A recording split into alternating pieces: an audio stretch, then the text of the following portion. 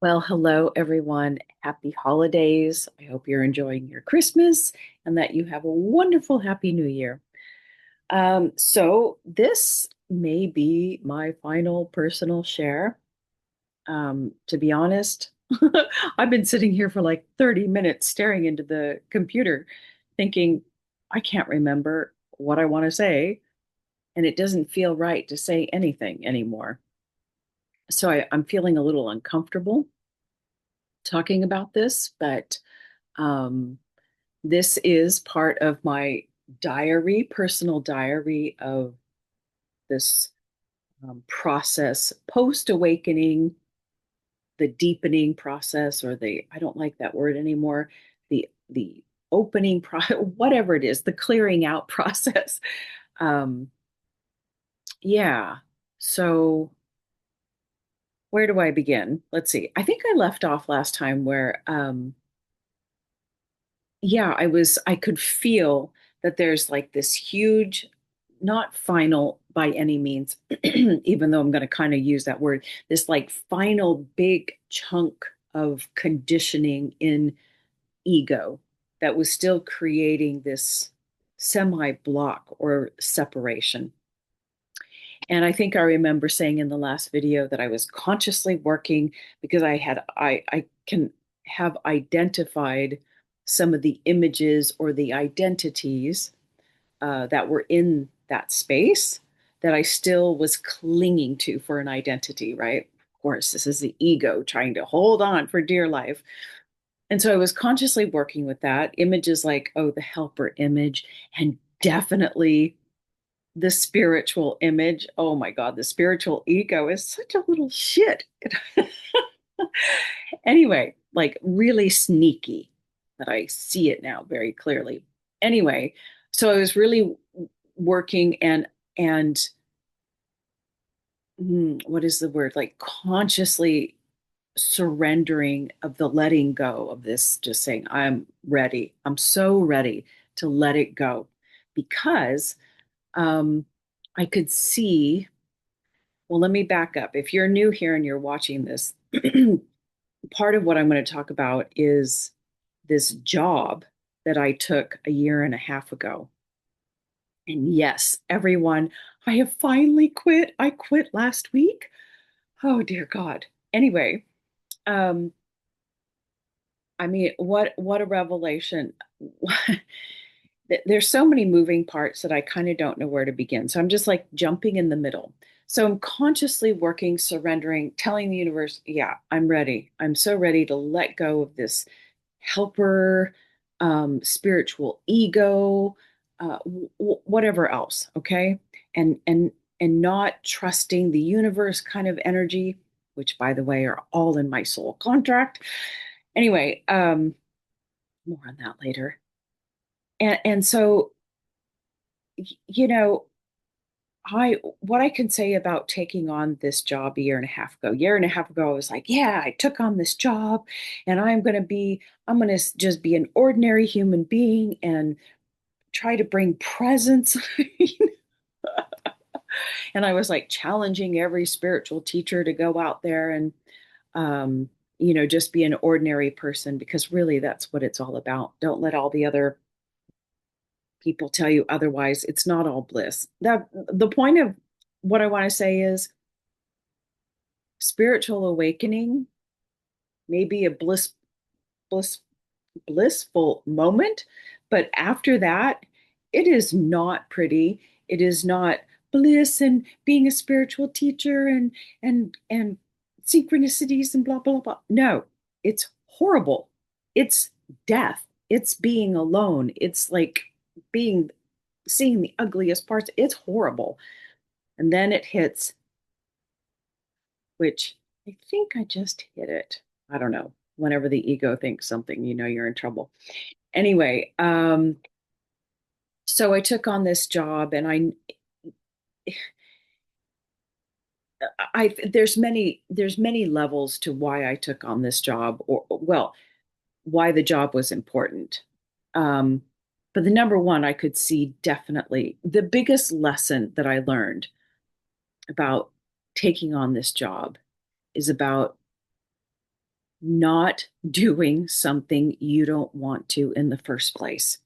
Because taking on this job and dealing with a very toxic, narcissistic personality that I've never encountered before, I have like what the job did to me spiritually, emotionally, physically was beyond anything I could ever imagine. I've never been sicker in my whole life. I've never been more neurotic. My nervous system, everything was going wrong. And it stemmed from that one decision, whether it's spiritual ego or still part of my that chunk of ego that was like, oh, you can be a helper, you're supposed to serve, and blah, blah, blah, or the spiritual ego, combination of both, that was like, oh, yes, you're going to bring your spirituality and you're going to, send healing energies to whatever, or you're going to learn to be in presence amongst all the chaos. I mean, whatever it was. And even though now I've also discovered it's very ancestral, um, it doesn't matter. The very first point that caused all of this was doing something that I didn't want to do in the first place. And it makes me kind of cry because I knew I didn't want a job. I didn't want that job. I knew I couldn't. I knew physically I couldn't do it. Mentally and spiritually, that's not what I wanted to do. I was going against my own beingness. And wow, what occurred after that was shockingly horrible. And then horrible. Um yeah. And I what I and I'm sure some of you, and I know my friends were like, oh my God, in the first 3 months, you gotta quit, you gotta quit. Why did it take me a year and more than a year and a half to finally quit? Well, what I also learned in this process is, well, first of all, the ego was clinging. This aspect of identification was clinging for dear life. And I've never, first of all, I've never quit a job, been fired plenty of times, but I'm like hanging on because it was an identification. The ego was out there doing something, becoming something. People knew me, blah blah blah. They liked me, they were saying nice things about me. Oh, the ego was hanging on for dear life. It was so identified with being the helper, the good worker, the blah blah, whatever, whatever, whatever. Oh my God. and and there came a point, and you're wondering why, if you're so sick, if it was killing you, if it was driving you crazy, why couldn't you leave? It's the same, and I'll tell you why. Because up until last week, it didn't, I didn't see the effect it was having on me. Let's see, until it hit me in the place that was most precious and valuable to me. It's kind of like a person in an abusive relationship. Why can't you just leave?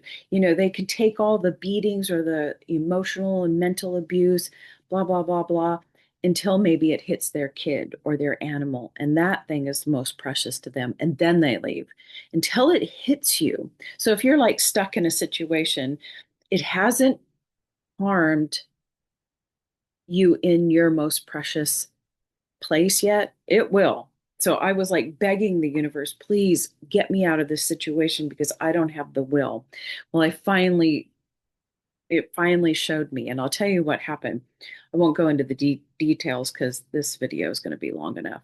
I think I'm just going to make this a part one. um, yeah. So anyway, there ended up being a confrontation between me and the boss, blah blah blah, and Ash, and I'm in the kitchen with the other coworker, MJ. MJ's like going on with her work, making the sandwiches, totally ignoring this screaming match that's happening during business hours, which has happened before a couple of times before, not just with me, with all the other employees. Um, anyway, so as my boss left, I'm just standing there, and the adrenaline is flowing, and when you're like shaking mad, you're like, "Oh, I'm shaking mad." Well, I was beyond shaking mad. I don't know why I reached out my hands. It was like I wanted to see if my hands were shaking, but as soon as I put my hands up, my whole body started like shaking, almost epileptic. And I couldn't stop it, and I couldn't move, and I was like, MJ, help me. And she turns around and she comes over and touches me, and I just collapse on the floor, and I just start wailing.